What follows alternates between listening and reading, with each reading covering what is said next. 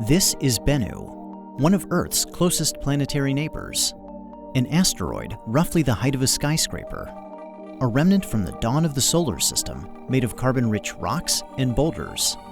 And since late 2018, the place that NASA's OSIRIS-REx mission has called home. When OSIRIS-REx arrived, it began wrapping Bennu in a complex web of observations, starting with a preliminary survey of its size, shape, mass, and spin. On New Year's Eve, OSIRIS-REx was captured into orbit by Bennu's minuscule gravity, making it the smallest world ever to be orbited by a spacecraft. In early 2019, it broke orbit to conduct a detailed survey. A series of sweeping passes allowed OSIRIS-REx to study geological features at different latitudes and times of day, enabling stereo imaging and landmark-based navigation. During the detailed survey, OSIRIS-REx globally mapped Bennu at only 5 centimeters per pixel, the highest resolution of any planetary body, including Earth.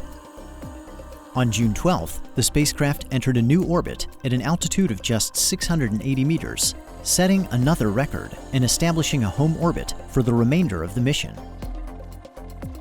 In September, it began reconnaissance on 4 candidate sample collection sites, potential locations on Bennu to touch down and collect a sample later in the mission.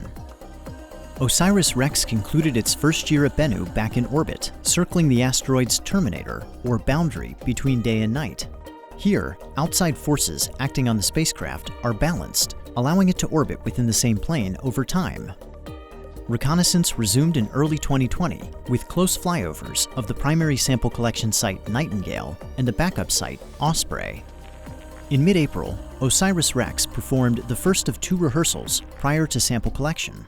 It navigated to a predetermined checkpoint about 125 meters above Bennu, then descended to within 65 meters before backing away.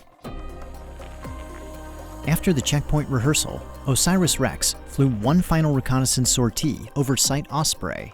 Then it made a series of high-altitude maneuvers while rebooting its onboard processor and preparing for its second rehearsal of the sample collection event.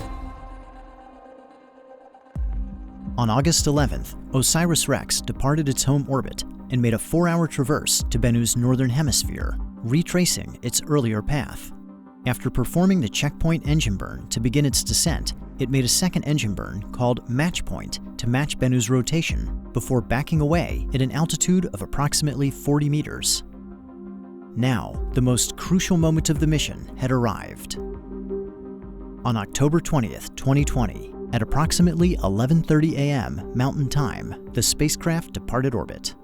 A few hours before, mission controllers on Earth had sent the commands for the touch-and-go sample collection maneuver, or TAG. As they watched with anticipation, OSIRIS-REx steered itself to sample site Nightingale, maneuvering toward the small crater at the walking pace of a spider. At 4:11 p.m., the mission received confirmation. OSIRIS-REx had touched down and collected its sample. Following TAG, the spacecraft drifted to a safe distance away from Bennu. By the end of October, mission controllers determined that it had exceeded its goal of collecting 60 grams of asteroid material. They directed it to stow the sample in preparation for return to Earth. Before departing Bennu, OSIRIS-REx was given one final task. On April 7th, it flew over Site Nightingale to observe how the sample collection event had changed the surface. And with that, OSIRIS-REx had recorded its mark on Bennu and spun the last strand of its web.